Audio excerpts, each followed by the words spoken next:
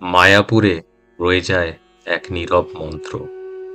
গঙ্গার তীরে প্রেমের সুর বাজে অন্তর, চৈতন্যের পদধ্বনি আলোর রহস্য। বিশ্বের সব জীবের আছে এখানে এক প্রাসাদ। দূর থেকে আসা সবার এক গন্তব্য, প্রেম ও সেবা। এক সত্যের, এক ঐশ্বরিক কল্পনা। মায়াপুর তোমার অমৃত ধারা ভরে দেয় আমাদের হৃদয়ে এক অভ্যন্তরীণ যাত্রা। স্বাগতম প্রিয় দর্শকগণ, আজকের ভিডিওতে আমরা আপনাদের নিয়ে যাব এক অদ্ভুত আধ্যাত্মিক যাত্রা, ইস্কন মায়াপুরে। হ্যাঁ, সেই পবিত্র ভূমি যেখানে শ্রী চৈতন্য মহাপ্রভু একসময় ভগবানের অবতার হিসেবে পৃথিবীতে উপস্থিত হয়েছিলেন। তবে আসুন আজকে আপনাদের সাথে শেয়ার করি আমাদের ইস্কন মায়াপুর যাওয়ার যাত্রা।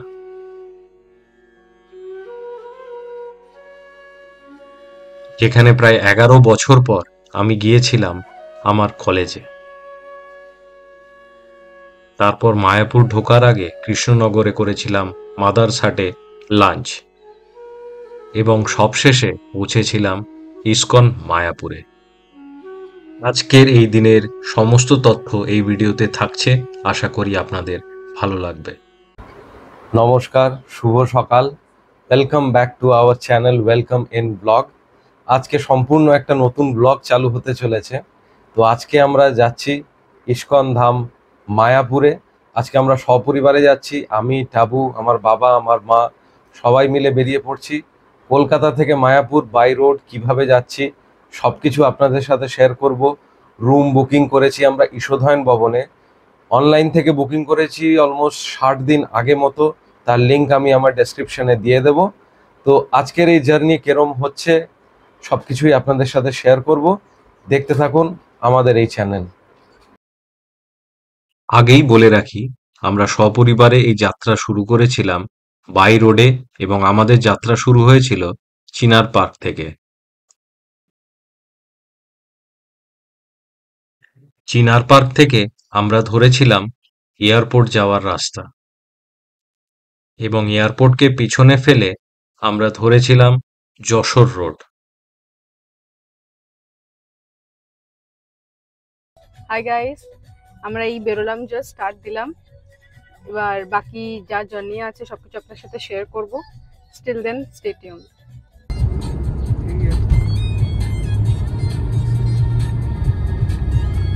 যশোর রোড ধরে আমরা সোজা পৌঁছে গেছিলাম মধ্যমগ্রাম, এবং সেখান থেকে সোদপুর রোড ধরে আমরা উঠেছিলাম কল্যাণী এক্সপ্রেসওয়েতে।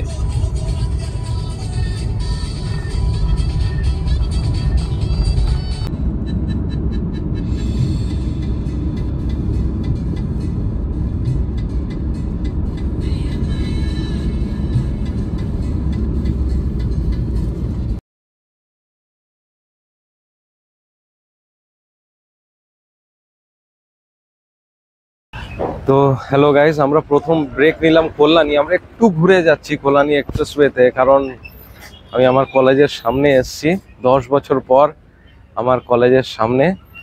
তো তোমাদেরকে দেখাই আমাদের কলেজটা দেখবো বলে এখান দিয়ে এসেছি। এখানে দিয়ে আমি যে পিজিতে ছিলাম ওখানেও যাব।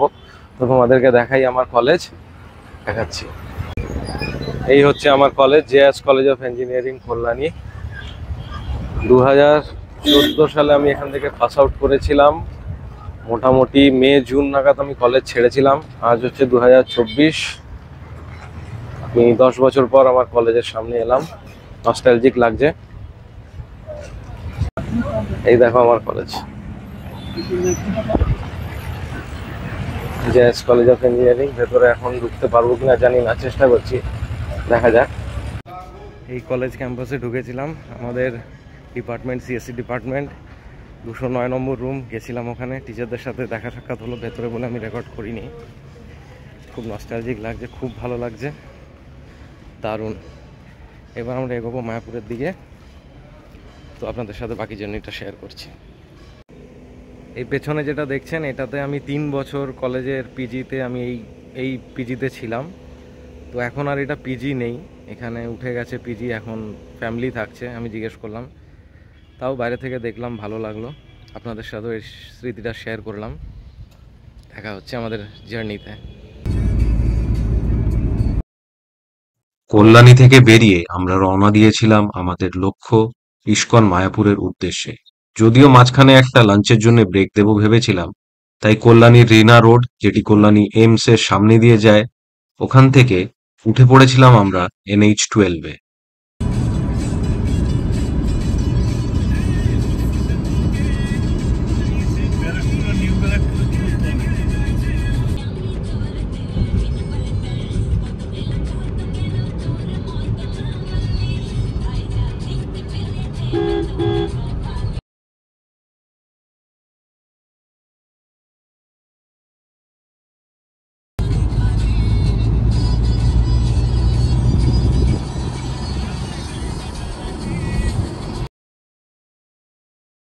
তখন বাজে দুপুর 12টা, তাই লাঞ্চের জন্যে আমরা কৃষ্ণনগরের মাদারসাটে একটি ব্রেক নিয়েছিলাম।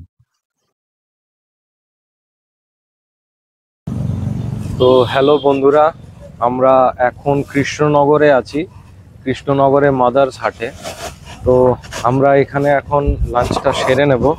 গাড়ি পার্কিং করলাম। এটা আমাদের মায়াপুর যাওয়ার উল্টো ফুটে পড়ে, বাট স্টিল আমাদের রেকমেন্ড করেছিল, আমার বোনরা এসেছিল, তো তাই জন্য আমরা এখানে এখন লাঞ্চটা সেরে দেবো। কারণ মায়াপুরে গিয়ে ওখানে লাঞ্চ পাওয়াটা একটু টাফ হয়ে যাবে। কারণ আমি ফোন করেছিলাম, ওরা বললো লাঞ্চটা হয়তো পাবেন না, ডিনারের জন্য টোকেন ওখানে পেয়ে যাবেন।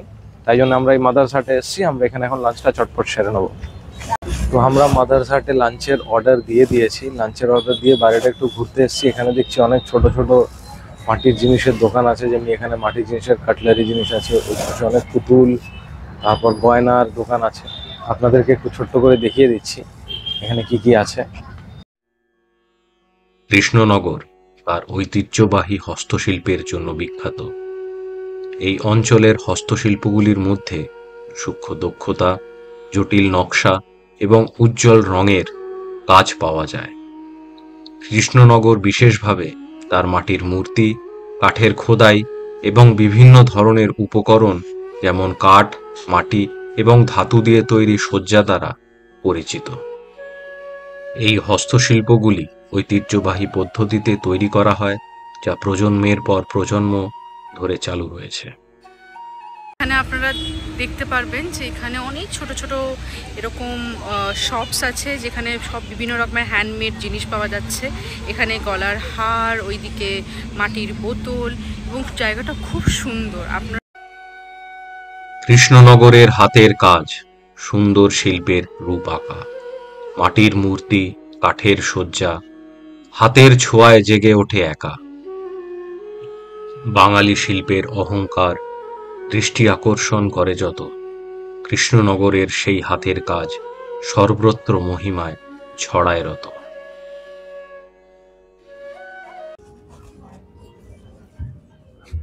কৃষ্ণনগরের মাদার্স হাট একটি বিশেষ স্থান অধিকার করে। এটি কৃষ্ণনগরের ঐতিহ্যবাহী মাটির মূর্তি এবং শিল্পকর্মের একটি অন্যতম উদাহরণ। মাদার্স হাটের মূল ধারণাটি গ্রামীণ জীবন ও মাতৃত্বের আবেগকে চরিত্র করে। মাদার্স হাট একটি রেস্টুরেন্ট হলেও এখানে এসে আপনারা পাবেন এই বাংলার মাটির ছোঁয়া। আজকে আমাদের মাদার্স হাটের মেনু এটা। এখানে নিয়েছি একটা মাটন থালি, একটা চিকেন থালি আর দুটো ভেজ থালি। অনেক রিজনেবল প্রাইসে অনেক আইটেম একসাথে। চলুন এবার আমরা এনজয় করি আমাদের লাঞ্চ। আমাদের সাথে সাথে থাকুন।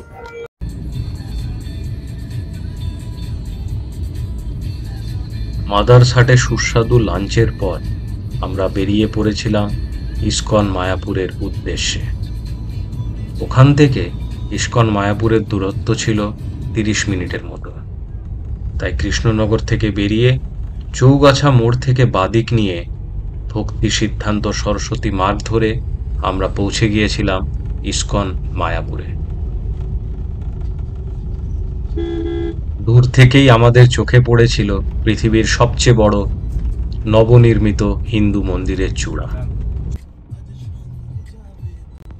ইস্কন মায়াপুরের গেটে ঢুকে পার্কিং এর টিকিট কেটে আমরা গাড়ি নিয়ে সোজা চলে গেছিলাম ঈশোধয়ন ভবনের উদ্দেশ্যে, যেখানে আমাদের রুম বুকিং ছিল। ঈশোধয়ন ভবনের নিচেই আপনাদের গাড়ি পার্কিং এর সুব্যবস্থা আছে। তো পৌঁছে গেছি আমরা ফাইনালি ইস্কন মায়াপুরে। তো আমরা উঠেছি ঈশোধয়ন ভবনে। আমরা লাঞ্চ টাঞ্চ করে কৃষ্ণনগর থেকে মাদারসাট থেকে লাঞ্চ টাঞ্চ করে সোজাসুজি চলে এসেছি। ওখান থেকে 30 মিনিটস মতো রাস্তার সময় লাগলো আমাদের এখানে।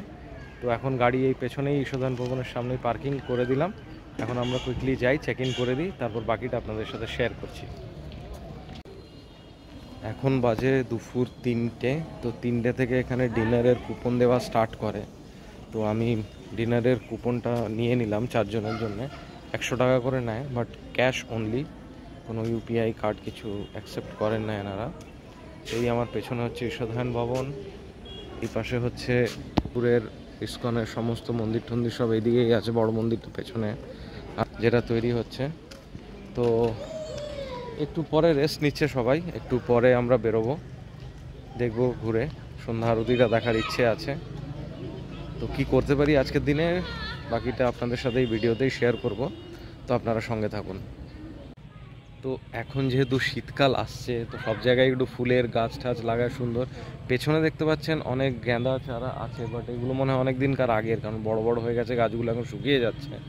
শীতকালে গেঁদা চারা লাগালে যে ধরনের ফুল হয় ওটা অন্য কোনো কালে হয় না। আপনাদেরকে চট করে দেখাচ্ছি, এনারা রেডি করে ফেলেছেন ইনকা গেঁদার চারা।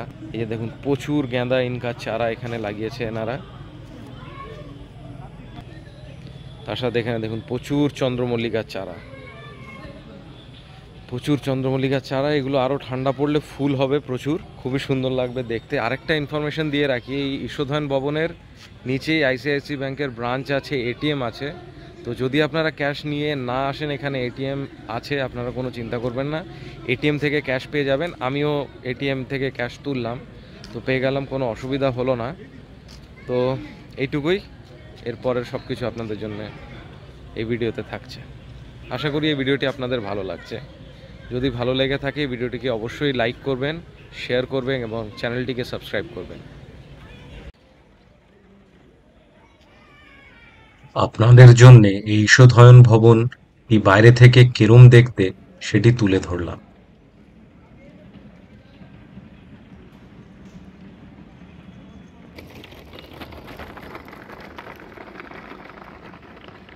যেমনটি আপনাদেরকে আগে বলছিলাম, এখানে রয়েছে পর্যাপ্ত পরিমাণে পার্কিং স্পেস। দেখুন কত গাড়ি, টু হুইলার সবকিছুই পার্ক করা আছে।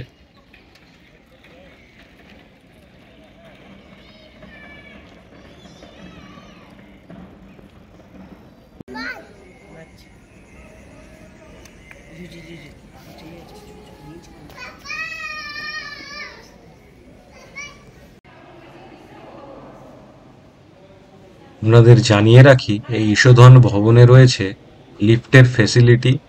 তাই যাদের যাদের পায়ে ব্যথা আছে তারা চিন্তা করবেন না, এই ঈশোধন ভবনে এসে আপনারা সুস্থভাবেই থাকতে পারবেন। তো এখন বাজে বিকেল 5টা। তো আমরা প্রথমে প্ল্যান করেছিলাম যে মন্দিরে যাব, সন্ধ্যা আরতি দেখবো, বাট তার আগে ভেবে নিলাম যে গোশালাটা দেখে নিই, কারণ এটা রাত্রিবেলা বন্ধ হয়ে যাবে, কালকে অন্য কিছু সকালবেলা দেখে নেব। তাই জন্য আমরা আগে গোশালাটায় চলে এলাম। ঈশোধন ভবন থেকে টোটো 20 টাকা করে নিল, আমরা গোশালায় এলাম। এখন গোশালার সামনে আছি, এবার গোশালার ভেতরে ঢুকবো, আপনাদেরকেও দেখাচ্ছি। ইস্কন মায়াপুরের গোশালা হল বিশ্বের অন্যতম বৃহৎ এবং পরিচ্ছন্ন গোশালা, যা আন্তর্জাতিক কৃষ্ণ ভাবামৃত সংঘ ইস্কনের মায়াপুর মন্দিরের কমপ্লেক্সের অংশ। এটি নবদ্বীপে অবস্থিত এবং এখানে গোকুলের পরিবেশে অগণিত গাভী পালন করা হয়। গোশালার মূল উদ্দেশ্য হল কৃষ্ণ ভক্তি এবং প্রাণী কল্যাণের মধ্যে সমন্বয় ঘটানো। মায়াপুরের গোশালার মধ্যে গাভী এবং অন্যান্য পশুদের জন্য অত্যন্ত ভালো পরিবেশ নিশ্চিত করা হয়েছে। এখানে তাদের জন্য প্রশস্ত ঘর, শীতল পানি এবং বিশেষ যত্ন দেওয়া হয়। গোশালার পরিচ্ছন্নতা এবং শৃঙ্খলা অত্যন্ত প্রশংসনীয় এবং স্থানীয় কৃষ্ণ ভক্তরা প্রতিদিন গাভীদের স্নান করান এবং তাদের খাবারের ব্যবস্থা করেন। গোশালায় ভ্রমণ করলে আপনি দেখতে পাবেন কিভাবে কৃষ্ণের দয়া এবং ভগবানের প্রতি নিষ্কলঙ্ক ভালোবাসা সমস্ত জীবের প্রতি ছড়িয়ে পড়ে। এটি শুধু এক নির্ভেজাল কৃষ্ণ ভক্তির স্থান নয়, বরং একটি দয়া এবং সদ্ভাবনার জীবন্ত উদাহরণ, যেখানে পশুদের প্রতি শ্রদ্ধা এবং সহানুভূতি প্রকাশিত হয়। তো এই ছিল আজকের বিকেল সন্ধেবেলার দিকে গোশালাটা কিরকম। এখনো ভক্তদের জলটা ভালো কিনা জানি না। আজকে কি একটা উৎসব আছে, যেমন আপনাদেরকে আগে বললাম, তাই জন্য আজকে ভিড়টা একটু বেশি। তো গোশালা আপনাদের কেমন লাগলো কমেন্টে অবশ্যই জানাবেন। এরপর আমরা সন্ধ্যা আরতি দেখতে মন্দিরের দিকে যাব, তো দেখতে থাকুন ভিডিও। পেছনে দেখুন এত বড় লাইন মন্দিরের সন্ধ্যা আরতি দেখার, প্রচুর ভিড়। ওই পেছনে হচ্ছে মন্দির, সন্ধ্যা আরতি দেখার প্রচুর লাইন। আমরা চিন্তা করছি ভেতরে ঢুকবো কি ঢুকবো না। আমরা চটিও পরে এসেছি, চটি জুতো সবকিছু তো সাবমিট করে ঢুকতে হবে লাইনে। তো দেখছি, চেষ্টা করে কি করছি আপনাদেরকে জানাচ্ছি। মা বাবাকে রুমে পাঠিয়ে আমরা দুজনে লম্বা লাইনে অপেক্ষা করে সন্ধেবেলার সন্ধ্যা আরতি দেখতে ঢুকেছিলাম ইস্কনের মূল মন্দিরে। সন্ধ্যা আরতি দেখার জন্য মন্দিরের ভেতরে ছিল প্রচুর পরিমাণে ভক্তদের সমাগম। কোনো রকমে মন্দিরের ভেতর প্রবেশ করে ঈশ্বরের দর্শন পেয়ে সে যেন মনে এক আলাদা শান্তির অনুভূতি পেলাম।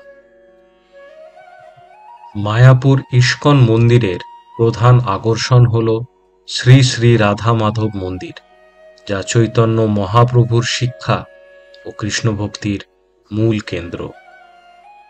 মায়াপুরে বছরের বিভিন্ন সময়ে হাজারো ভক্তের সমাগম ঘটে, বিশেষত রথযাত্রা, গোপালন এবং চৈতন্য মহাপ্রভুর শুভ জন্ম উপলক্ষে। ইস্কন মায়াপুর প্রতিষ্ঠিত হয় 1971 সালে, যখন ইস্কনের প্রতিষ্ঠাতা আচার্য শ্রীল প্রভুপাদ মায়াপুরে আসেন। শ্রীল প্রভুপাদ শ্রী চৈতন্য মহাপ্রভুর জন্মস্থানে একটি বৃহৎ আধ্যাত্মিক কেন্দ্র প্রতিষ্ঠার উদ্দেশ্যে এই স্থানকে পবিত্র করেছিলেন। আমরা ইস্কনের দর্শন করে আমরা এই মন্দিরের পাশেই একটা গিফট হাউস আছে, যেখান থেকে আপনারা চাইলে কিছু নিয়ে যেতে পারেন। এখানে খুব সুন্দর সুন্দর অনেক শোপিস আছে, আপনার খুব সুন্দর সুন্দর ধূপকাঠি আছে। আমরা বেশি কিছু নিইনি, আমরা কয়েকটা ধূপকাঠি নিয়েছি বাড়ির জন্য। খুব গন্ধগুলো খুব অন্যরকম, খুব সচরাচর পাওয়া যায় না। তো আপনাদেরকে এটা দেখিয়ে দিই জায়গাটা।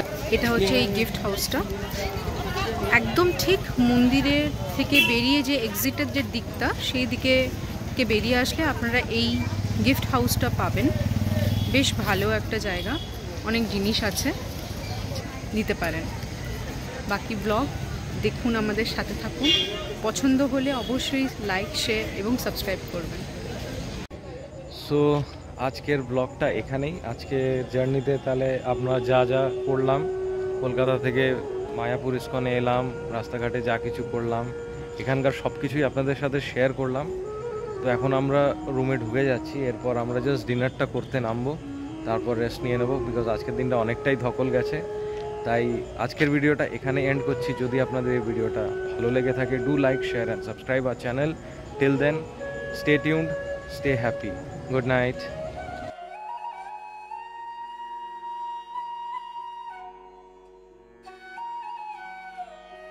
আজকের আমাদের এই ভিডিও আপনাদের কেমন লাগলো অবশ্যই কমেন্টে জানাবেন, এবং ভিডিওটি ভালো লাগলে লাইক করবেন। এতে আমরা আরো নতুন নতুন ভিডিও করার জন্য উৎসাহ পাব। সকলে ভালো থাকবেন, দেখা হচ্ছে পরের ব্লগে।